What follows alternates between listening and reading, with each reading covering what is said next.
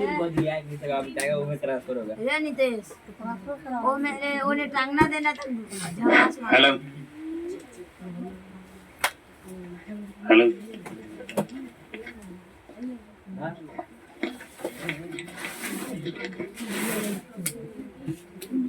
चलिए अब हम लोग चर्चा करेंगे खिलाफत आंदोलन पर। खिलाफत शब्द का शाब्दिक अर्थ होगा किसी का विरोध करना, खिलाफ में बदियाना ना, वही ना खिलाफत होता है। हम किसी के खिलाफ करते हैं, विरोध में है पूर्ण रूप से। गांधी जी तो कर रहे थे सत्याग्रह, प्रेम से देश को आजाद करवा लेंगे, जनतंत्र हम लेकर के आ जाएंगे, ठीक है। तो खिलाफत आंदोलन मूल रूप से 1920 माना जाता है, लेकिन इसकी प्रारंभिक अवस्था 1919 से है, ठीक है। लेकिन माना जाता है कब तक 1920 में पूर्ण रूप से यह संचालित हो गया। प्रथम विश्व युद्ध में ब्रिटेन के खिलाफ तुर्की की पराजय। देखिए यह बात को समझिए, भारत ब्रिटेन के पक्ष में लड़ रहा था। युद्ध किसके पक्ष में कर रहा था? ब्रिटेन में, क्योंकि ब्रिटिश शासन भारत पर था। तो भारत ने सपोर्ट किसको किया? ब्रिटेन को, कि आप जीतिए प्रारंभिक अवस्था में और हमारे यहाँ जनतंत्र दे दीजिएगा। तो यानी कि ब्रिटेन के पक्ष से युद्ध किया भारत। इसमें पराजय हो गई किसकी? तुर्की की। हार कौन गया? तुर्की हार गया, ठीक है। तुर्की हार गया। तुर्की हारा, यानी कि स्वाभाविक वहाँ की जो शासक रहा होगा उसकी भी हार हुई। शासक हारा तब न तुर्की हारा, तो तुर्की की हार हो गई। अब इस नीति को खाली आप समझिए कहता क्या है, ठीक ना। प्रथम विश्व युद्ध में भारत का साथ, यानी कि भारत ब्रिटेन के साथ में था, ब्रिटेन के साथ में युद्ध कर लिया प्रथम विश्व युद्ध में। पराजय हो गई तुर्की की, ठीक है। तो यानी कि ऑटोमन साम्राज्य उसी को कहा जाता है। तुर्की की पराजय के बाद ऑटोमन साम्राज्य को विघटित कर दिया गया। ऑटोमन साम्राज्य उस समय के मुस्लिम शासक जो थे, मुस्लिम के अंतर्गत जो प्रभु था, वो ऑटोमन साम्राज्य कहलाता था। तो ऑटोमन साम्राज्य को क्या कर दिया? विघटित कर दिया। कौन? ब्रिटेन, ठीक है। भारत मित्र राष्ट्र के साथ खड़ा था, ठीक है। भारत किसके साथ खड़ा था? मित्र राष्ट्र, जिसमें था आपको रूस। कौन कौन था? कंफ्यूजन वाला बात खत्म कीजिए, अभी ये मिल जाएगा। कौन कौन था? रूस, ब्रिटेन, फ्रांस, और बाद में 1917 में आ गया अमेरिका आ गया। तो अमेरिका भी भारत के पक्ष से है, ठीक है। ब्रिटेन, रूस, फ्रांस भी है, बाद में अमेरिका कराया गया। ये सब ने मिल करके पराजय किया किसको? तुर्की को। तुर्की को हरा दिया, उसको हार खानी पड़ी, ठीक है। पूर्ण रूप से उसको विघटित कर दिया। तुर्की के सुल्तान को अपने शेष प्रदेश में भी सत्ता से वंचित कर दिया। जो कुछ बच भी गया था उसके पास, उससे भी उसको बेदखल कर दिया मित्र राष्ट्र ने मिल करके। यानी प्रथम विश्व युद्ध में भारत मित्र राष्ट्र के साथ था। किसके साथ था? मित्र राष्ट्र के साथ में था। कौन? भारत। पराजित किया किसको? तुर्की को। पराजित के बाद जो भी कुछ उसके पास सत्ता था, उस पर भी उसका अधिकार नहीं था। किसका? तुर्की का, ठीक है। ऑटोमन साम्राज्य का शासक जो है तुर्की का सुल्तान, इस्लामिक संसार का खलीफा हुआ करता था। पूरे दुनिया का, इस्लामिक संसार मतलब पूरे दुनिया, पूरे दुनिया का वह क्या था? खलीफा था। कौन चीज का? इस्लाम का। इस्लाम समुदाय के, इस्लाम धर्म का जो है क्या था? वह खलीफा था।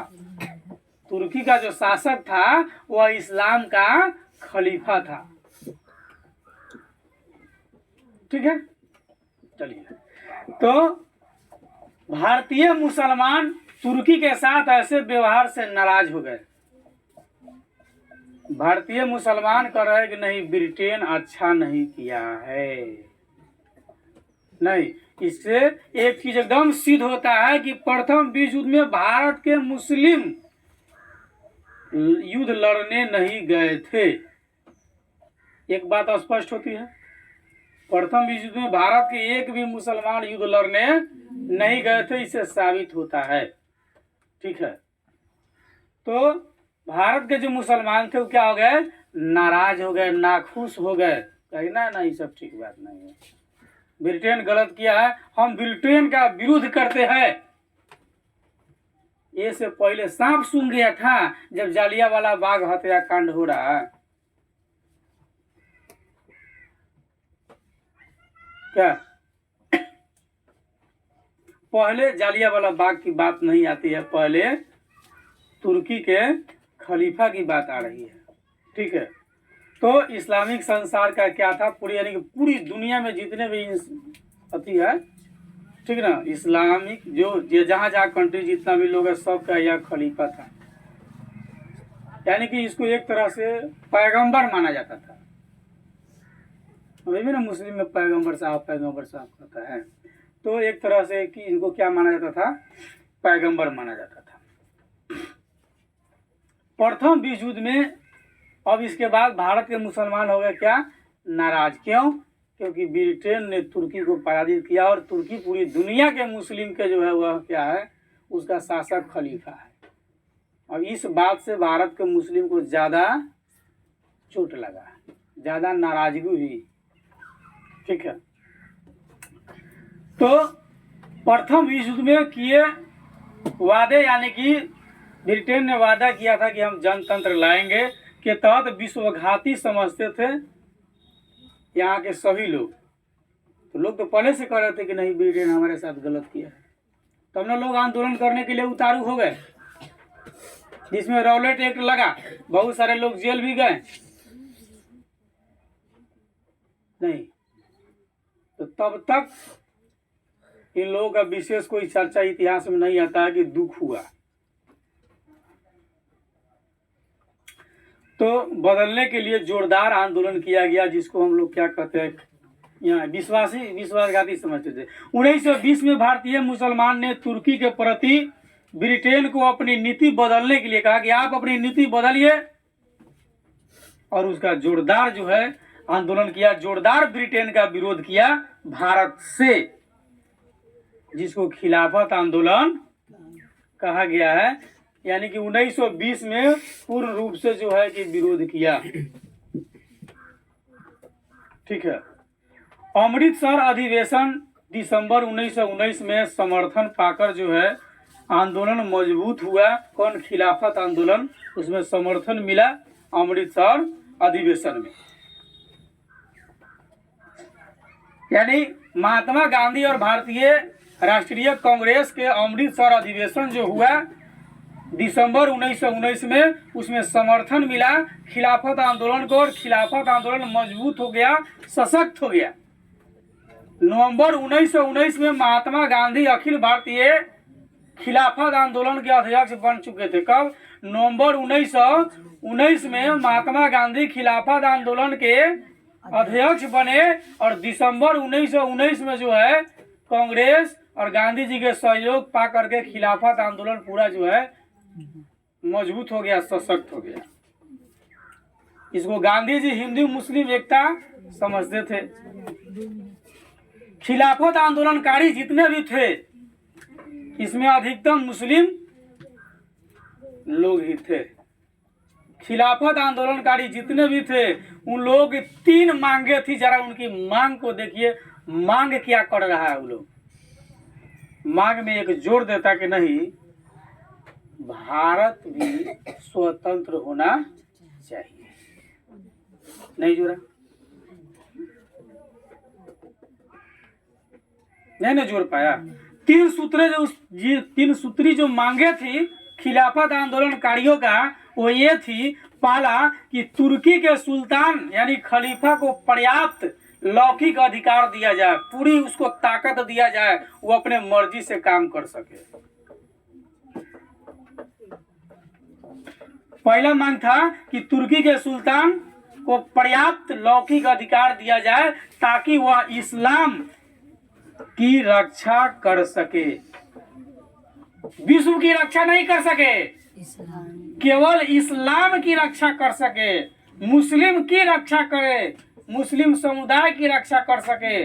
विश्व की रक्षा नहीं किया जाए, केवल इस्लाम की रक्षा करे। आज भी वो लोग इसीलिए जीता है, केवल अपने लिए।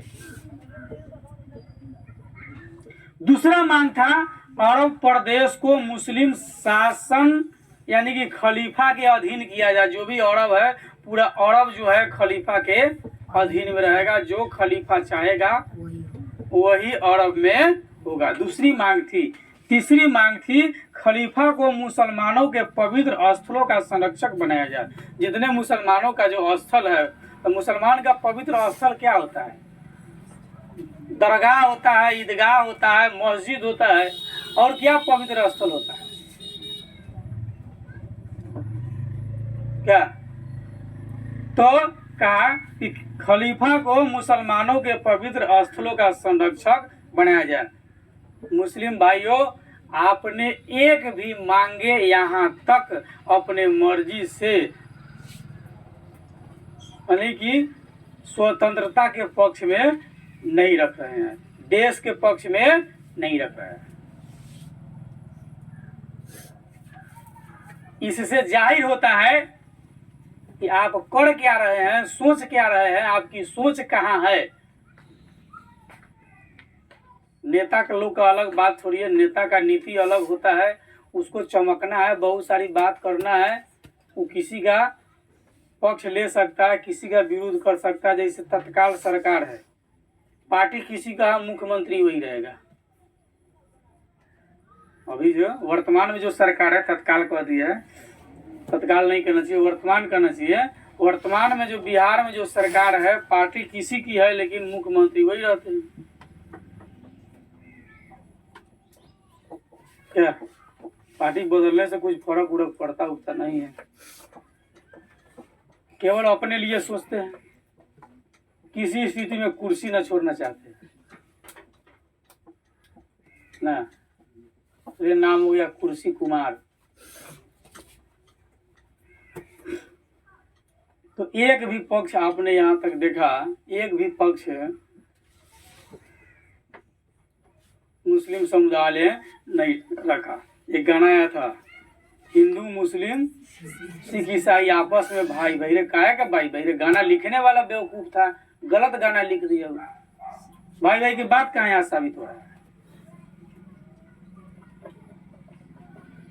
उधर गांधी जी के स्वभाव कहिए कि आगे इसमें चर्चा करते हैं इसके बारे में।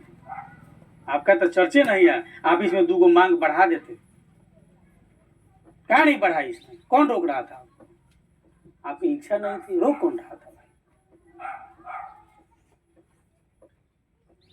आप अपने समुदाय के लिए केवल जीते हैं।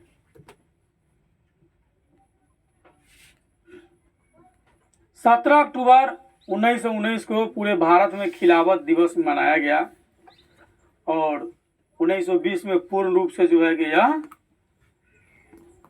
आंदोलन हो, यानी कि 1920 के प्रारंभ में भारतीय मुसलमानों ने तुर्की के प्रति ब्रिटेन को अपनी नीति बदलने के लिए बाध्य करते हुए जोरदार आंदोलन प्रारंभ किया, जिसको हम असहयोग आंदोलन कहते हैं। खिलाफत आंदोलन कहते हैं। खिलाफत का मतलब हम सरकार के खिलाफ में है। सरकार आपके यहाँ शासन कर रही है, उसका खिलाफ नहीं कर रहे हैं आप।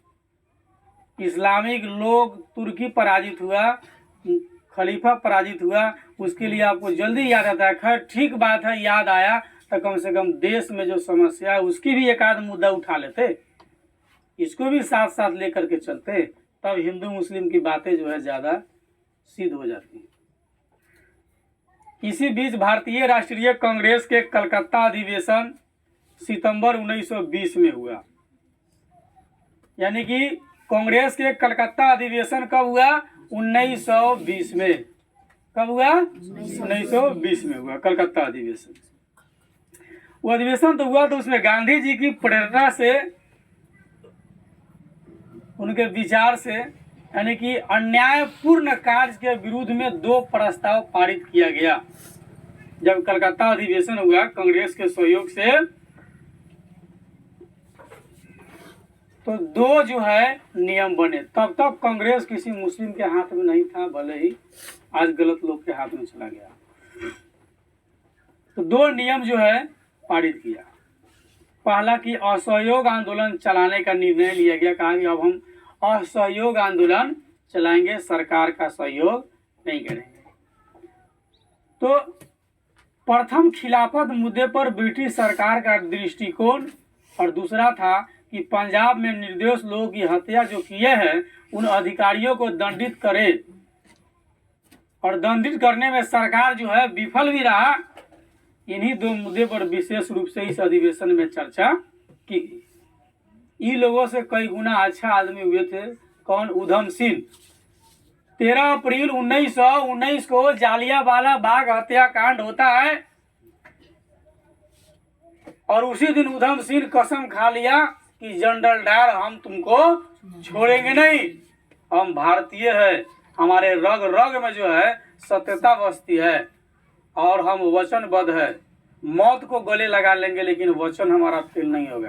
तुम लोगों का है कि वादा फेल हो जाता है, हम भारतीय है, हम अपनी वादा कहीं नहीं भूलेंगे। 1919 में 13 अप्रैल 1919 को घटना घटी, जालियांवाला बाग हत्याकांड। और 1940 में लंदन में जाकर के उधम सिंह ने जनरल और डायर को गोली मारा। कहा कि मैंने अपना प्रतिशोध लिया कि तुमने भारत में कईयों निर्दोष लोगों की जो है जालियांवाला बाग में हत्या करवाया था। एकदम आमने सामने होकर के गोली मार दिया। कहा कि हमारा प्रतिशोध पूरा हुआ और हमको गिरफ्तार करो और सूचना दे दो कि उधम सिंह ने भारत के शत्रु को आज गोली मार दिया।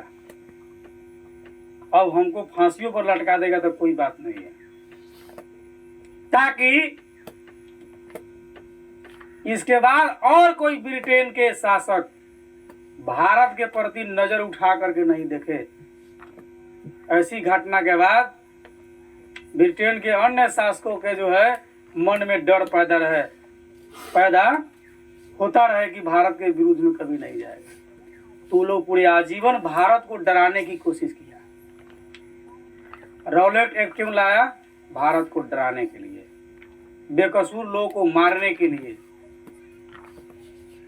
जो दोषी नहीं है उसको भी सजा देता था। हम तो अपनी कमेटी का जो भी गठन, मेल मिलाप, सभा, आंदोलन शांति से कर रहे थे। तुम लोगों ने हमारे साथ गलत व्यवहार किया।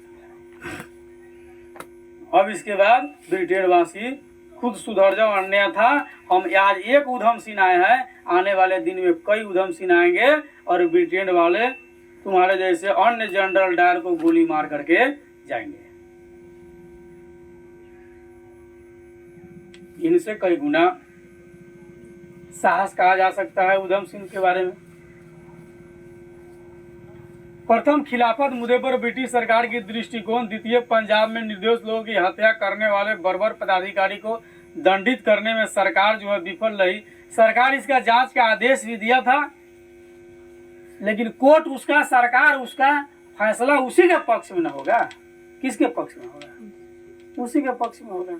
और जनरल डायर बरी हो गया, कोई केस उसके ऊपर नहीं चला। और जब वो लंदन में गया तो जनरल डायर को इनाम दिया गया। लंदन में जब यहाँ से गया तो वहां पर उसको इनाम दिया गया, कहा कि तू बहुत बढ़िया काम करके आया है, जालियांवाला बाग हत्याकांड किया है, इसके लिए तुमको इनाम दिया जाता है। और जनरल डायर को पुरस्कृत किया गया, बहुत अच्छा काम करके आया है। उसके बाद उधम सिंह जाकर के गोली मारा है। वो गलत करके जाता है, उसका देश उसको सराहनीय पुरस्कृत करता है। और हमारे देश में हमारे अपने ही गद्दार बैठे हुए हैं जो हमको बर्बाद करने पर तुले हुए हैं। अपने न कहता, हमें तो अपनों ने लूटा, गैरों में कहा दम था, मेरी किस्ती डूबी जा पानी कम था।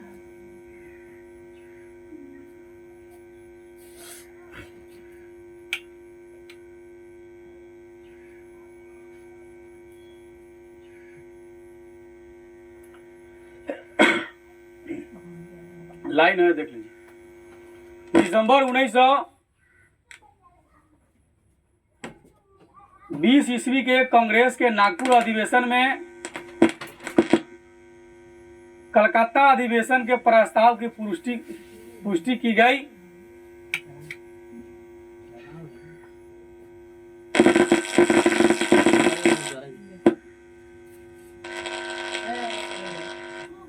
वैसे छुला